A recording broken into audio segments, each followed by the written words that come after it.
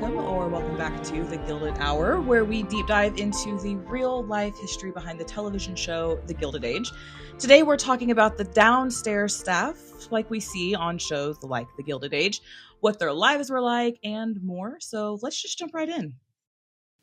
I am so excited about doing this podcast because I have been prepping notes for not actually a week, but a month. I have so many ideas. Oh my goodness. So many things I want to talk about. But I realized as I was prepping this week that we should probably talk about when actually the Gilded Age was. I don't think we talked about that in our first episode. This, of course, is our second episode. So we're going to get into that a little bit first. Before we get into it, we will do a little summary of the Gilded Age episode that this podcast episode is based on. The second episode of the show's first season, which was called Money Isn't Everything. In our notes, I wrote, or is it? Money kind of is everything. It kind of, especially when you don't have much of it. A quote from the show.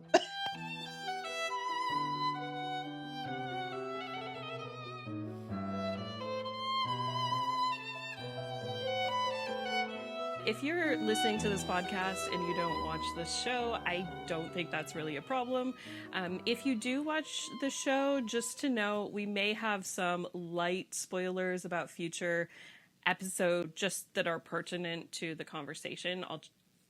We'll try not to give anything major away, but just wanted to warn anyone who may not have seen the entire series yet. As we're recording, the Gilded Age has had 3 full seasons, so that's where we are in all of that.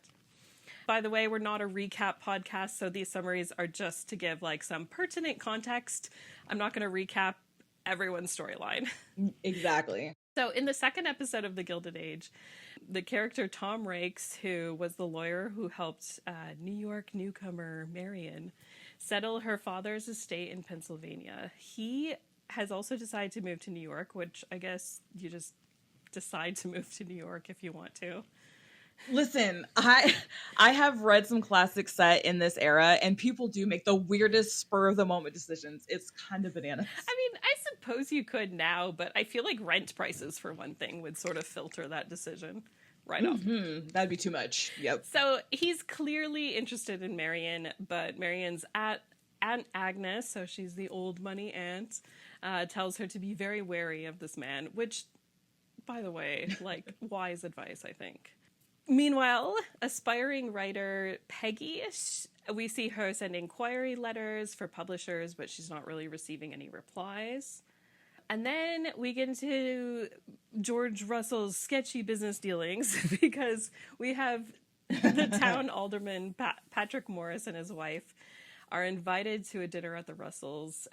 George requested that Bertha host this dinner.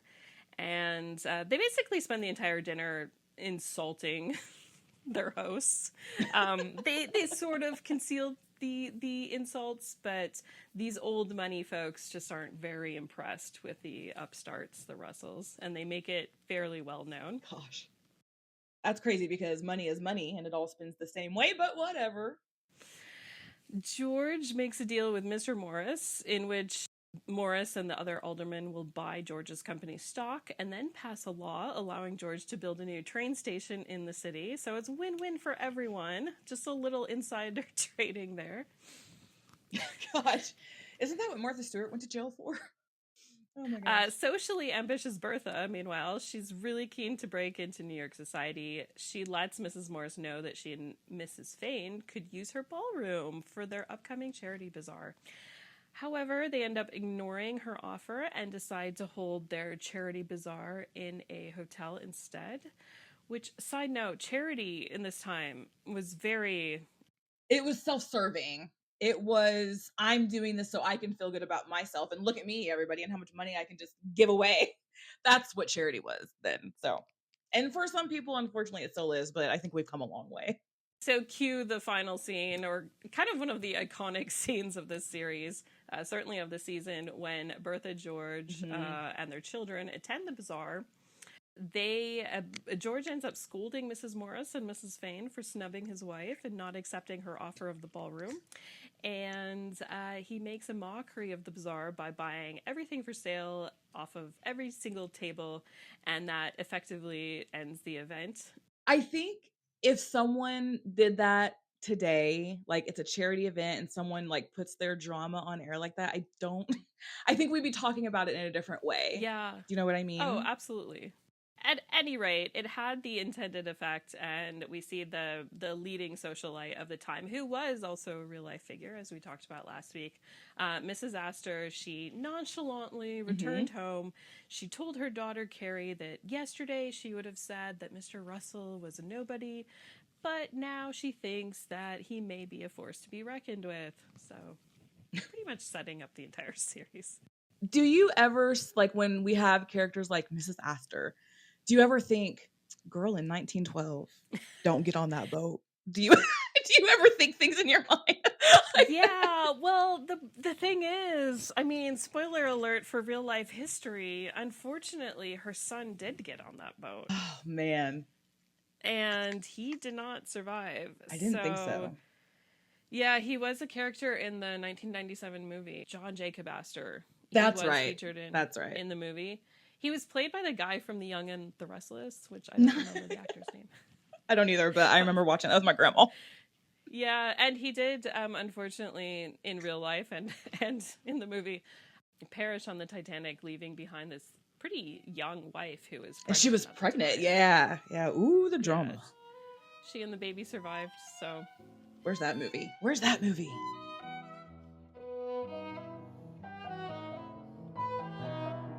So let's talk about when the Gilded Age was. So it actually was slightly before the era of the Titanic, just to put this into context of American history. I want to mention that, of course, we had the Civil War, which in the United States was obviously this massive event. There was a Civil War Reconstruction era. So that's basically when the country was recovering, and a lot of the, I would say, resources and wealth started to become really concentrated in the North, and particularly the Northeast.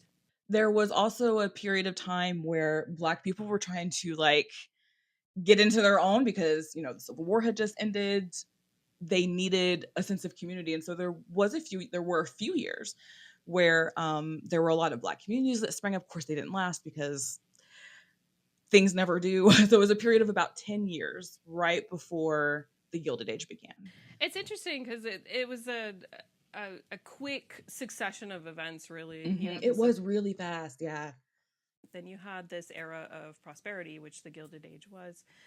It was basically a time when wages went up really fast in the United States. A lot of like industry started to boom, and so people had options of getting jobs in factories, and basically they went from agrarian lifestyles in some cases and moved to the cities and could find work and so forth.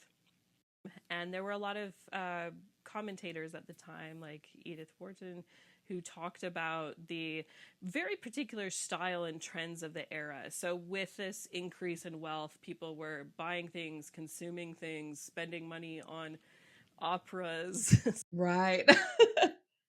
It's so interesting because right before the Gilded Age, between 1873 and 1879-ish, we actually had a long depression. So a large part of the country was going through their own like pre-Great Depression. So it's really interesting that right on the heels of that, we have this age of opulence, and, you know, people are doing exactly the things that you said. And I learned all of this because people were so poor. They were trying to come up with very cheap ways to eat. There's a YouTuber named Max Miller. He does it's called Tasting History. And water pie was associated for so long with the Great Depression, but he found out through research that it's basically water, flour, and sugar. And you make like a custard, basically. And that started with the Long Depression. People were trying to make anything stretch longer. So then like to go from that to someone catering a meal for 200 people and then wasting all that food, like it just all goes to waste. It's a very interesting leap from nothing to opulence. And the opulence comes with a big caveat too, because And that's basically what today's podcast episode is about. But Yes. It comes with this big caveat, which, first of all, different things were happening in different parts of the United States. So if you're not from Exactly, the US, yeah. you may not realize that even to this very day, like, there are big differences between one state to the next and one region to the next. So this podcast and, of course, the television show, The Gilded Age, really is specifically focused on the Northeast and very specifically New York City. A lot of the Gilded Age was sort of concentrated in large cities, especially northeastern cities. Certainly, that's not to say there wasn't poverty or there wasn't wealth elsewhere, but this is where a lot of this national kind of memory of the Gilded Age comes from. It does have a lot of parallels to things happening in other countries at the same time. You had France had La Belle Époque, so that was the era that we think of with all of the famous French painters hanging out in Paris, and Paris was being built into this opulent city. So they kind of overlapped. It wasn't the exact same years, but it was an overlapping period of time of prosperity there. And then Canada also had kind of a Gilded Age in some of its eastern cities like Montreal. And then even countries like I spent a while in school studying Argentina's history, and they actually also had very much, they didn't call it the Gilded Age, but it was essentially the same thing where they had a lot of very wealthy families, similar time frame. Okay, I didn't know that. They were really prospering with a lot of the livestock, like cattle farming and okay, that makes sense for the area. Okay. Yeah, and they also have a lot of natural resources, so a lot of that money was in the hands of oligarchs in Buenos Aires, and then Buenos Aires was this big port city that was shipping it to Europe and the Americas, so they also had this like oligarchy, and again, similar architecture to what you see in the US or France, where like a lot of opulence. It feels familiar. I was fortunate to actually go around Buenos Aires a good 15 years ago and see some of that. That would be really cool. Beautiful. It's so beautiful. It's such a great city. That's a big tangent. But anyway, all that to say, similar things happened in a few other countries. I'm sure there's other countries as well that I'm missing. But just to put that into context,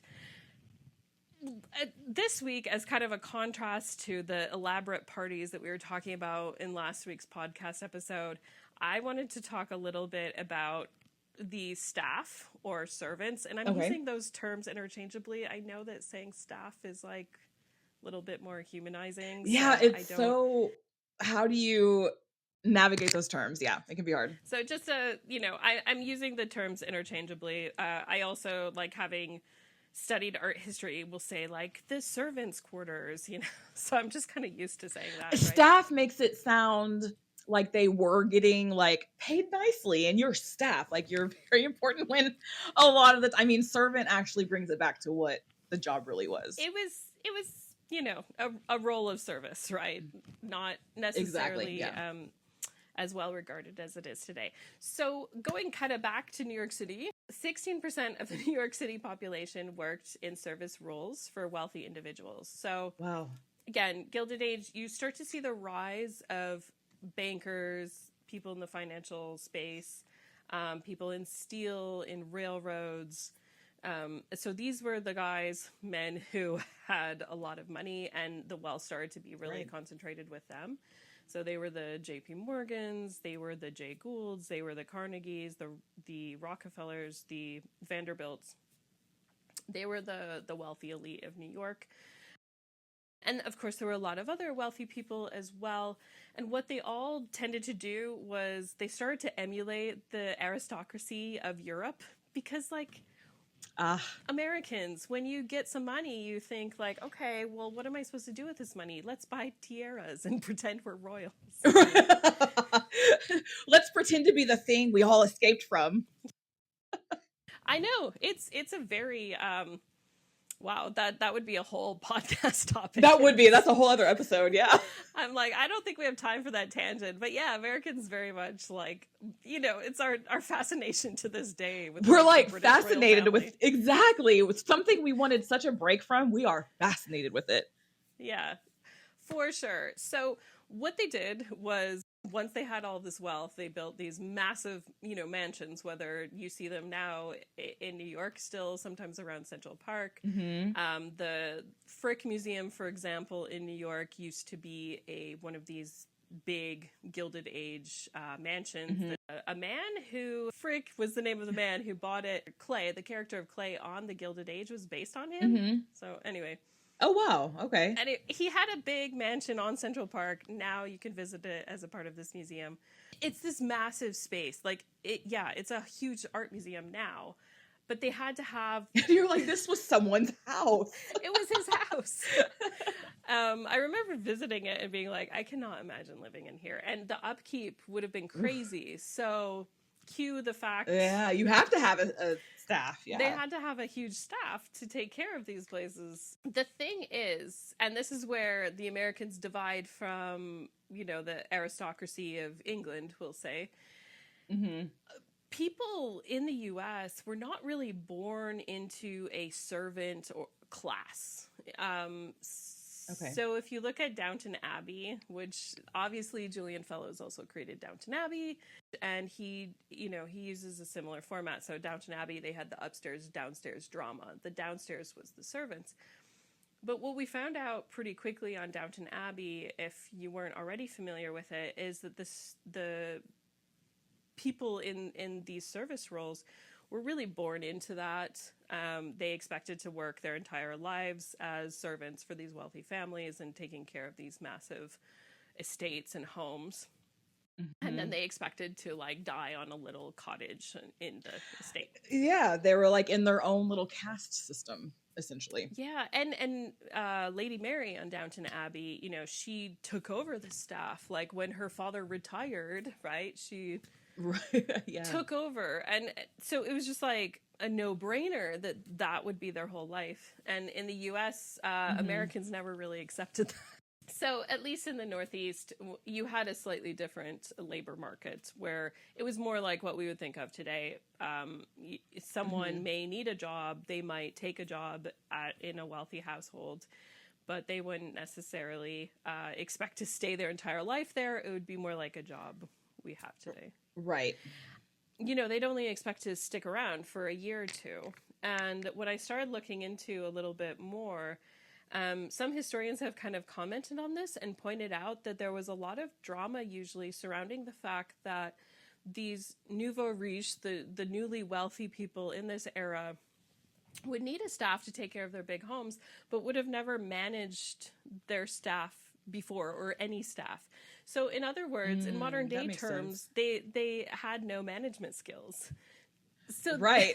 Wow. I didn't even think that was something you would need to have. That makes sense. Yeah, it sounds like this minor detail, but it's not actually. So they would have, they would hire a housekeeper, but not know how to manage her, or hire laundry workers or a cook. They would have no clue how to treat their staff very well. And so they just knew they needed them, but they didn't know what else to do. Oh my gosh. And I read one example, which was a really good example, which is the example of Marshall Field in Chicago. So if you were born in the 80s like me and had ever visited Chicago, Marshall Field's was this amazing department store. Marshall Field was the guy who founded that department store. He became really wealthy in the Gilded Age for it. But he was a farm boy. He was born on a farm, and he became a multimillionaire from a department store. And he would have had a staff of I think a historian wrote that it was 5 to 10 people. And they, he came from the same background they did, essentially. So they would have also been potentially... God, that would be awkward. Yeah, so what's he going to do? I mean, he's going... there wasn't this unequal balance necessarily of where they came from, like you would have seen in these manor homes in England, where you were born in... Well, right. Yeah. Because when you do look at, historically, it would be my father was his shoe shiner and his father before him. Yeah. Oh, I'm just picking a random thing. But it really was if your family was this thing, you were also going to be that thing. So there is no legacy in America. America's too young for that, first of all. So, and this is just a new thing. I'm sorry, you're blowing my mind with this information. Because if you have no management skills, how can you get someone to run your house reliably? Gosh, wow. They don't really touch on that part of it in any of these shows. No, they don't. And I kind of wish they would, because I found this Yeah. I fell down this rabbit hole. The blog post that I found discussing this kind of issue was actually called in the day the servant girl question. And the exact words from history, not my words. There was an opinion piece in the Brooklyn Observer, apparently in 1897. So, and there were tons of people in New York, well, Brooklyn, I guess, writing in to say, like, how can you keep staff, and how can you keep servants, and how can you find a reliable maid? How can you find a reliable cook?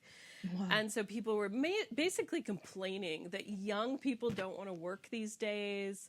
They don't Oh, gosh, wow. They don't have the same values we had. Oh, history is a circle. But then I found this one amazing opinion piece, a part of this. It was written by I think it was the lady of a house. And she said, well, I never have problems with my servants. Everyone's fine. That's because I treat, and I'm paraphrasing, but it's essentially what she said was, she treats them like humans. She looks out for their well-being and lets them have a sick day, lets them have some evenings off if they have an event. She lets them have Sundays off if they want. She doesn't, and she also talked about how she has clear expectations of their work. So that's just good leadership and good management. Yeah. Leave it to a woman to figure it out. I'm just saying. So a lot of these Americans, nouveau riche, or even you didn't even have to be wealthy like a Vanderbilt to have this issue. Everyone was building these large homes because they had this sudden influx of wealth, and they needed at least one or two, people to help them keep it up. And so it was this big issue of trying to find reliable help, but also maybe the managers, the men and women who own the homes, just weren't used to managing the staff. One other final detail that I think is important in the American example too is I learned that a lot of people working as maids were, especially in the Northeast, so in New York and in Chicago, they were not Americans, so they tended to be recent immigrants. So you had them. That makes sense. The example of Marshall Field in Chicago that I gave earlier, apparently his staff were recorded as Irish, Scottish, English, Canadian, Swedish, and Norwegian. So none of them were actually American. Okay. There's this thought by historians that maybe just it wasn't in the American culture to want to play this role. I mean, it kind of circles all the way back to where we are now, where it's Americans, you don't want to farm.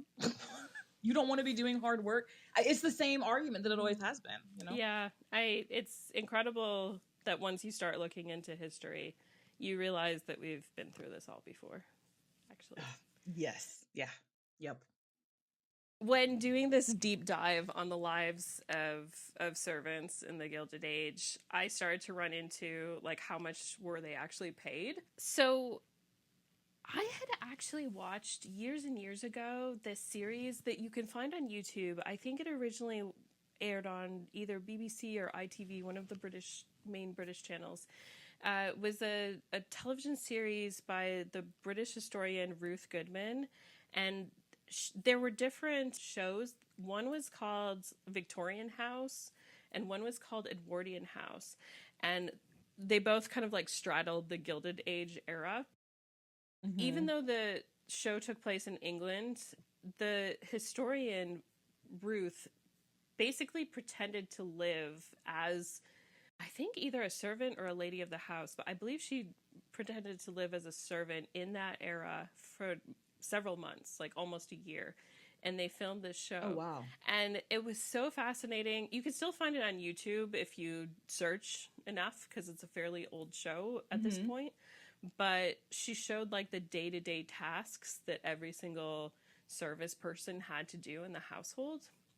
Ooh, okay. And I don't think it would have varied too much from what would have been expected from someone in, an American household, because basically we had fireplaces to light at, a certain time of the morning. And same stuff. yeah. And you had to make bread. You had to get the coal stove fired up, and which all sounds like a nightmare, actually. I'm really glad It really does.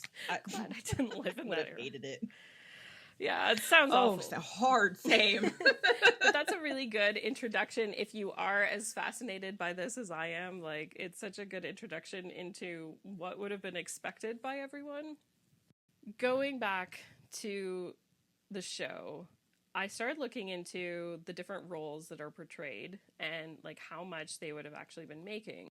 So the structure was kind of divided by men and women. So on the like female staff end of things, you had a superintending housekeeper. So that would have been Mrs. Bruce on the Gilded Age. Okay.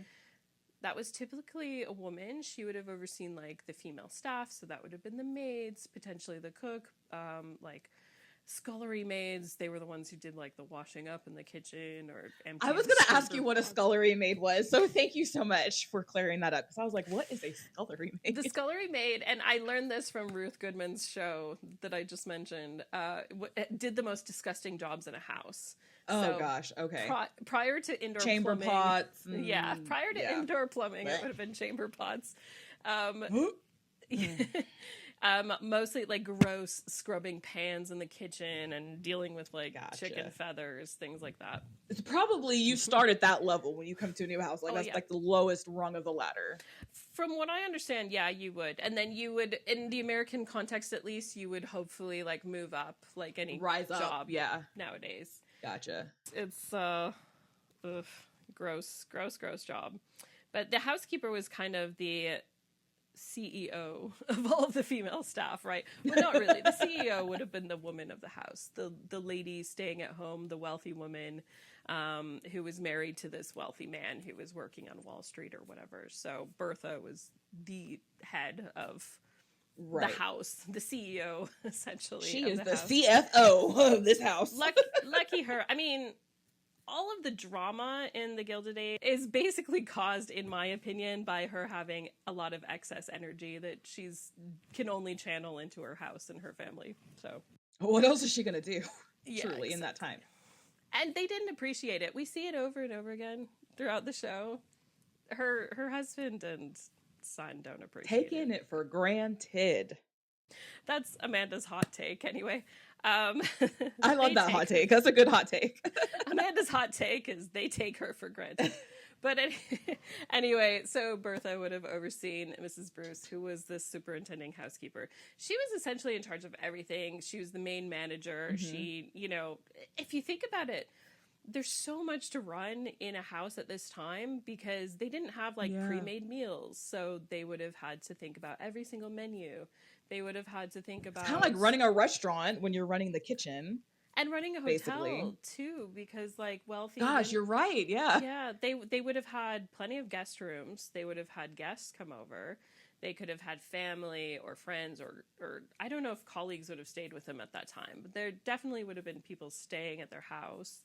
And so it would have been run a bit like a hotel or a bed and breakfast, I guess. Gosh, yeah. Wow. Deliveries, we didn't have as if I were living I spent... Are you a time traveler? Yeah, is that what you're trying to tell me right now? Actually. Okay, gotcha. I do. Suspected. I've partly taken on this identity because I live in a home that loosely dates back to this era, and I have found things like burns on the wood floor of our apartment that were caused by the coal stove. Oh, okay. So that is so cool. Like a coal fell out and skidded along the wood floor. And we had our wooden floors resurfaced a year ago, and they said they couldn't do anything about it. It was a burn mark. And I realized that was where the coal stove was. And gosh, that is so cool. Some scullery maid probably got fired for that. No, we weren't a fancy enough home. It was a home that would have been inhabited probably by people renting rooms by the week or the month. Oh, gotcha. They would have been laborers for the trains. We were near a big train line and a train yard. Oh, okay. Yeah. So anyway, I love that. I sometimes think I would love to live in an old house, but then the upkeep of an old house intimidates me. So, but then I'm like, I have a brand new house. There's no history in it. I am making the history right now of this house. So Yeah. No, I love it, and we've actually kind of restored it to be fancier than it originally was, which has been fun, like adding crown molding and things. So we made it look bougie, even though it housed. Hey, nobody else has to know. A tangent about Amanda's house. Yeah, I wish I had a staff to heat my coal stove in the morning, but I don't. I heat it myself. I'm just kidding. We have electric heating. Anyway, Mrs. Bruce, supervising housekeeper, she actually had a pretty decent role. She probably would have worked years to get into this role. Her wages were, from what I found, and I will put all the sources in a blog post with this podcast episode or in the show notes. Nice. So okay. If you're listening to this and want to find out where I got all this information, it was not just from ChatGPT. I don't get any of my historical information from ChatGPT. Thank goodness. Unlike me, ChatGPT was not around in the 1880s. So, anyway. Did you just say unlike me? Or Yeah, I am a time traveler. I knew it. Knew it. That explains a lot, right? Yep. She would have paid in today's dollars, so translated to today's dollars with a currency converter, anywhere from around $1,700 to up to $5,000 monthly. So it's pretty decent pay, and I think in the case of like the Russells, I think Mrs. Bruce was probably pretty well paid. Mm-hmm. Underneath her, there would have been a lady's maid. So this was usually a maid for the lady of the house. In season 1, that was Miss Turner. So if she wasn't evil, is that like she's like dressing the lady for the day, like helping her into her? Do they still wear corsets? I can't remember. Like helping her into her clothes and doing her hair and all that kind of stuff. Okay. Yeah, basically her assistant to look presentable. So making sure, she had the right dress ready. They would have changed their outfits multiple times a day. So gosh, that's so much. Those outfits are like big. It's a lot to change multiple times a day. If my understanding is you probably couldn't easily get into them yourself. I've never worn a Gilded Age dress, but I have worn a dress from an earlier era, the Civil War era, so like 1860s, and I needed help. Like it was my friend's dress, and there's no getting into those things. Especially the problem is not necessarily the dress itself, but it's the undergarments. It's I remember I had to get into like one of those hoop skirts for. So like they have to lay it on the ground first, and then like. So much. It was really, it's too much to hand. And then how the dress like drapes over it afterwards. Like you'd want someone to help you with that. You wouldn't want to look ridiculous. In the Gilded Age, there weren't hoop skirts, but there was like the bustle. Bustle in the back. That's so funny. How it's like, we got to make the butt look big. Got to have hips. It's funny that they were even thinking about that. I love it. I think it's really cute, but anyway. It is. It's just me. They would have needed help like getting into all of that, and then they would have changed multiple times a day, and the dresses would have had varying levels of bustles. I'm not a historical costume expert, but I do know year to year, even things like bustle shapes would change. So you'd have to re-architect your outfit every year to be in style. It makes me laugh because people are like, oh, she's wearing last year's bustle. She's not the right shape for this season. So passé. That's great. But you would definitely need help. So the lady's maid was in charge of that. Now I could see why someone like Turner would not have been that happy, because they for all that they had to do, like it was an all day job from morning till late at night when they got home, and they'd have to draw the lady a bath or whatever. It was an all day thing. There were no labor standards. There were no 8-hour workday. Right. Oh my gosh. You were just always on. She probably, from the source I found, she would have earned around $800 to $1,300 a month, which is pretty low. And these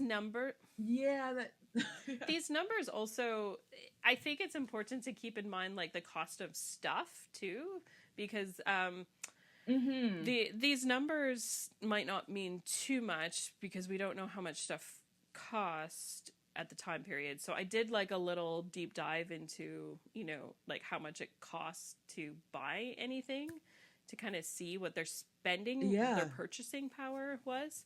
A lot of times in history, we do purchasing power based on like the price of Coca-Cola. It wasn't quite invented yet. So yeah. I think they were still doing the cocaine of Coca-Cola at that time. Yeah. I mean, no, it was more opium in the 1880s, which... Oh, was it? Okay. That'll come up in a future podcast. Oh, geez. Oh, my gosh. Are there opium addicts in this show? Oh, my gosh. Yeah, there's going to be... Oh, geez. This isn't a spoiler because this is speculation, but season 4, it seems like we're going to have to go into that, which... Oh, Lord. I don't think anyone's ready for George Russell to be addicted to opium. Oh, my gosh. Okay. That's about the same reaction I had when they said Claire Fraser's addicted to ether. Oh, okay. Yes. Anyway. Yeah. Anyway. That just slipped out. Okay. Yeah, unfortunately, there was a slow zoom in to a laudanum bottle. And so laudanum is a tincture of opium. Yeah. A lot of people were addicted. Oh, my gosh. We should do a whole... episode about... We should, because if you've seen Peaky Blinders, like there's a whole thing, like opium is like such a huge thing. Oh my gosh. Oh my gosh. But they also dropped hints as to like how that could be resolved, because I've rewatched this show too many times. No, you've watched it the perfect amount of times. I'm gonna validate you. In season 2, when they were at Peggy's father's pharmacy, he owns a pharmacy. Mm-hmm. There was some guy that said, here's this salicylic acid. It's great for pain. So what happened is people stopped becoming addicted to laudanum because aspirin was invented, or like alternatives to aspirin. And that's essentially the precursor to aspirin, was salicylic acid. And I think I learned Isn't that the ingredient in like face creams and stuff? Yeah. Salicylic acid, that's the stuff in face. Okay. Yeah, same. But it was synthesized and turned into aspirin and like trademark. Okay, cool. Wow. Okay, I just learned something. So it's like they've already kind of set the groundwork for both George to be addicted to laudanum and also to recover because Peggy's family could potentially hook him up with like an alternative painkiller. So that is interesting for a lot of reasons I won't get into in this podcast episode because we'll go down a rabbit hole. Okay, households underneath Turner, troublemaker Turner. There would have been housemaids, so sometimes these maids were assigned to different rooms. They might have been assigned to guests.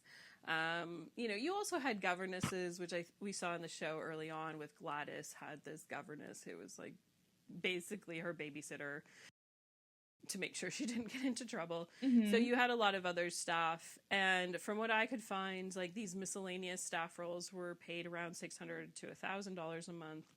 You also had laundry workers, because of course a massive house would have a massive amount of laundry. Mm-hmm. I am a tiny house. I have a massive amount of laundry, so I can't imagine how much. Because you add in, like, you've got linens from all these other guest bedrooms and all this kind of stuff, and you change clothes 4 times a day. Oh, my Lord. Children and all these things. And laundry was this so much.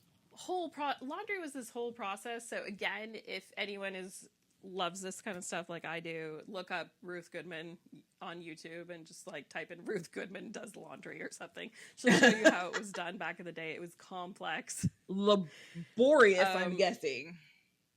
Yeah. And really they were paid $1,000 or less for that job, which would have just been like back-breaking work that destroyed your hands and skin and would have put you into contact with a lot of bad chemicals.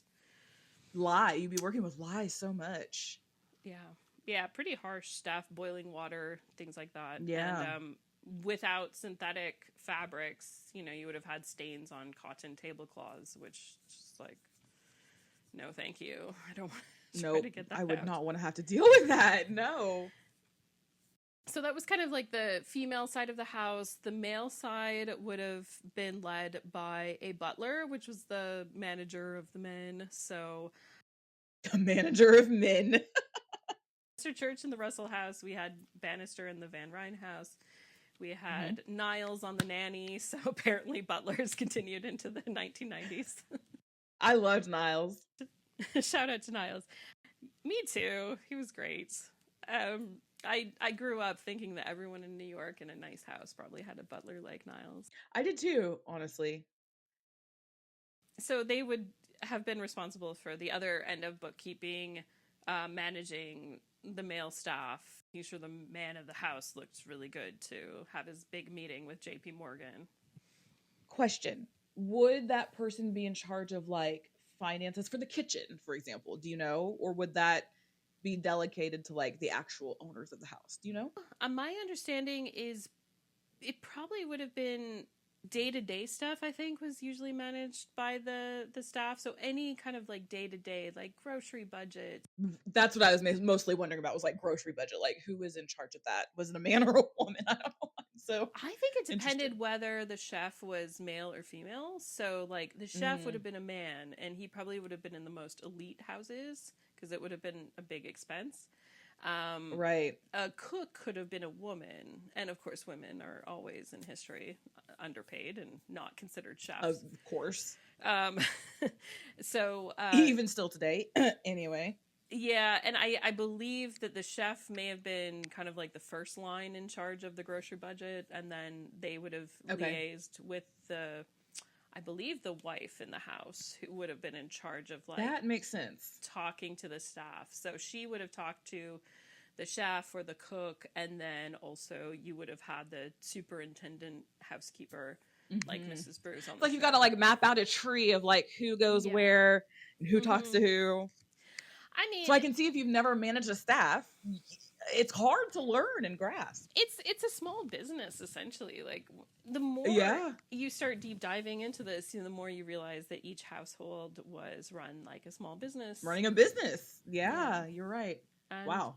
We're expected to do so much on our own nowadays too, and obviously that's partly for good reasons, because labor is more fairly compensated nowadays than it was back then. But when you start to realize or think about how many people who go to work every day and have kids at home, you realize that professionals used to do that for working, white collar working families, for example. They would have taken care of the kids at home, and they would have cooked the meals, and it kind of starts to put modern day burnout into context, where it really does. We essentially used to live in communities where, I mean, unfortunately, only those at the very top would benefit from it, but you weren't expected to do everything, is what I'm saying. Like, right. Man. So some things, I mean, I don't even leave my house to work. I don't have kids, but at the end of the day, I don't want to clean the kitchen after I cook dinner. Like, so I get you didn't have to do all that stuff when you were just wealthy, mega wealthy. You could just live your life and not have to worry about it. And to be fair, I'm not saying I would have wanted to be a servant, but they were also not expected to go home at the end of the day and cook their own dinner either. I mean, what we see, for better or for worse, they lived in these households. Now, part of that was so that they could be on call 24/7. But the other part of that was that they didn't have to cook their own meals. They didn't have to. They got somewhere to sleep. Yeah, exactly. So they didn't have to worry about those like basic needs. So it's interesting to think about. I'm not romanticizing it in any way, because I do not want to be. But it is interesting to try and get into like the mindset of what would it have been like to kind of, it's a job, but you also don't go home from that job. Yeah. So it's not the same as like you can separate work and home. It's just kind of like all of a blend. And that, now that I'm really thinking, you've given me a lot to think about. They were working from home. Unfortunately, the home was not theirs. And it was like, oh my gosh. Worst case scenario, basically, when you have a job, I think. Yeah, probably not ideal. But for them, that was just normal, like for them, that was just the time. Like that was just what you did. We can only look at it in hindsight now and go, that must have sucked. But it didn't suck for them, because it did, but that was just, there were no other options the way there is today. So, I mean, there were starting to be a few more options in the U.S. So, like, that's where we kind of see the English case, like we saw in Downton Abbey, which actually took place a decade or two after the Gilded Age. So, these service people would have been expected to just do it their whole life and never know what it was like to live in their own house until maybe if they were head housekeeper, they could retire to a little cottage on the estate or whatever they could afford. Probably not too much. They were really in a weird role of, no separation between life and work, as you said. In the U.S., that's where it was becoming a little different, where they didn't like that job. So they had a few other options. They could skip to another household and try to get a slightly better role in service, or they could start to work in a factory. They could start to work in a store. In the U.S., there was much more mobility between different jobs and different roles. They weren't necessarily... Yeah. That's true. And I think as time progressed, especially for women, you didn't just have to be a maid anymore. Suddenly there were secretaries, and the typewriter was invented, so we need a typist. And we see characters like Peggy. She's not a maid. She's she's like a literal secretary. There are. You're right. There were more options, especially as time goes on. So yeah, and with Peggy too, you could see kind of she was really a part of the middle class in this show, and so you can start to see how that middle class is developing, where she had a bit of education. She could land a job as a secretary, and she wanted to get published. So there was starting to be a few more options and mobility, which is it's why I think she has been a relatable character, because she's kind of representing that middle class zone that was building. She's perfect. So to finish up on salaries, we had the butler. I didn't find their salary. I'm guessing it would have been around the same as the head housekeeper, which is a respectable salary even by today's standards for the most part. Then the chef. So if a household did have a chef like Monsieur Baudin was in the Russell household, he would have made a decent amount, like $3,300 a month in today's dollars was the number I found. You had a valet, the male version of the lady's maid, who would have worked for, the man of the house. Again, prepping his clothes for the day, different outfits, travel with him, make sure he had all the toiletries and things he needed. I did not find his salary, but again, probably similar to the lady's maid. And then the house also had coachmen, footmen, as I mentioned earlier, scullery maids. There would have been a lot of people running a household like this. No wonder it became such a drama to even find decent workers, because imagine the staff turnover in... Yeah, oh gosh, yeah. Yeah, if you had 20 or 30 people doing those roles, and they mostly wanted to get out of them because they weren't that well paid. I know they're not well paid because I did look up how much things cost at the time. So I looked up a few prices of commodities. Egg prices in New York City in 1890, for example, were 18 cents a dozen, which is about $5.95 a dozen today. Egg prices have gone through some things in recent years. Yeah, they really have. So that's kind of like a... I mean, that sounds like mid-range, honestly, by today's standards. Kind of, maybe you could find eggs for $6 a dozen. Yeah. It's not like... We're close. We're in the price range Yeah, here. it's not outrageous. A cab ride per mile for one person in 1890 would have been about 30 cents a mile, which in today's dollars is around $10 a mile. Loosely speaking, in a city on Uber, that's probably a little more expensive than we might pay, but not. I can actually tell you from experience. I took about a 13, 15 mile Uber ride yesterday, and there and back I paid a total of $67. Oh, so. Okay. So it was a little more affordable. And I live in a city, so. Yeah, so that was maybe a little bit more affordable. But then here's the kicker, and this will lead into next week's podcast discussion. So to be continued. How much did clothing cost? Oh my gosh. You would assume it would have to be you're wealthy, so maybe not, but I would assume it would have to be somewhat affordable because you wear 4 outfits a day. Okay, so Bertha Russell or Agnes on the show, or Ada, or Peggy for that matter, how much do you think one of their, say, nice evening dresses, nice dinner dress, So maybe a little bit nicer than their mid-morning, no guests are coming over outfit. Okay. But like a nice outfit. What do you think that costs? I'm trying to think about pricing for that time. Mm-hmm. So like I'm gonna say, or you can give today's dollars. It's fine. Well, I would say like a nice we're gonna go out to dinner type dress. I personally would spend somewhere between like, if I was feeling good, like 150 and 200 ish. I would say. I mean, we're talking like date night, you know. Yeah, like a nice date night dress to have on hand. Yeah, I also would say like I would probably spend 150 to 200 and have like maybe 2 or 3 of those for all, you know. Yeah, you just kind of wear them on rotation. Kind of. Yeah, that's fair. I would agree with that. That's not what it costs. Like, keep going up. Keep going up. Yeah. What is your guess? Wildest guess. Okay, so let's say I'm going to go 500. $500. 500 is my wild dollars guess. Or their dollars? Let's say, oh my gosh, now I don't know.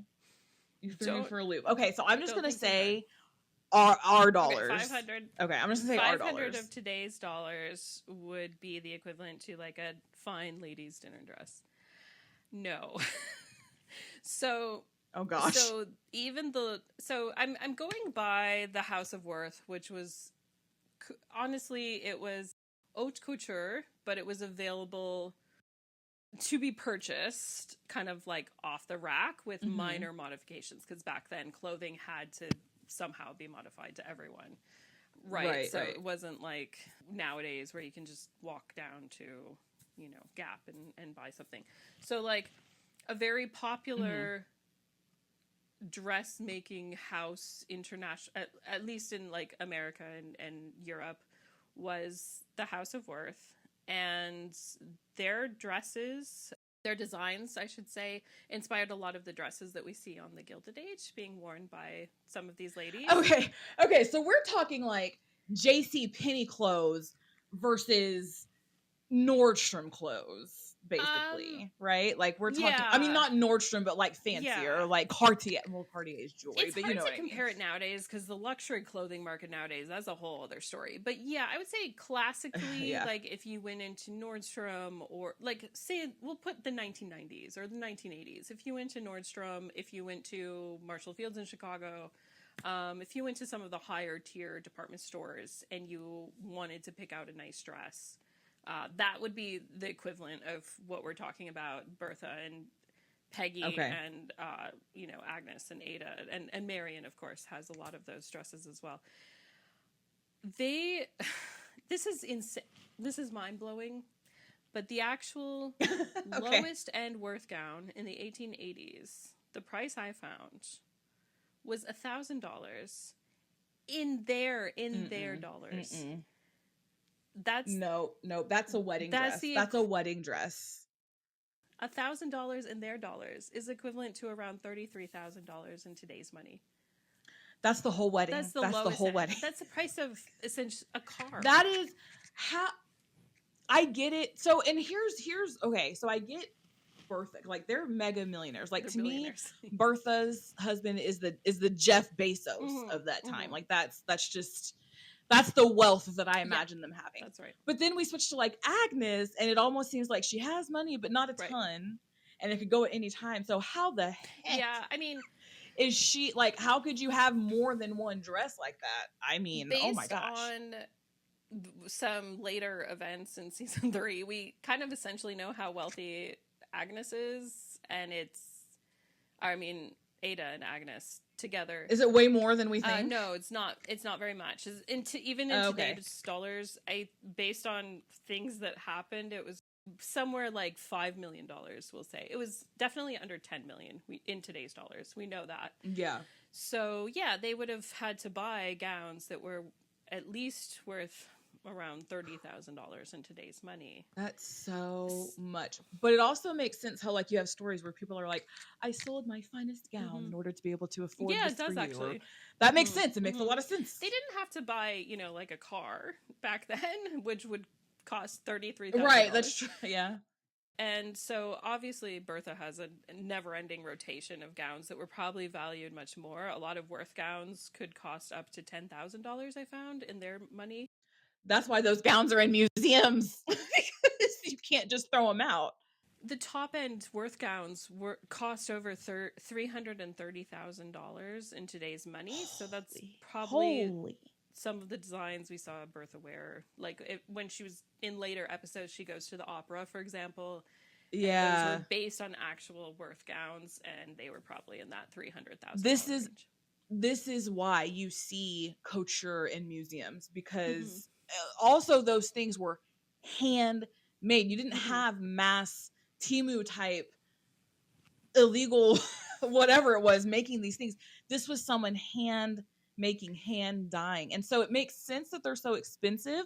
What's blowing my mind is how many one person could have. That's crazy. If I had a $30,000 dress, I would wear it every single day.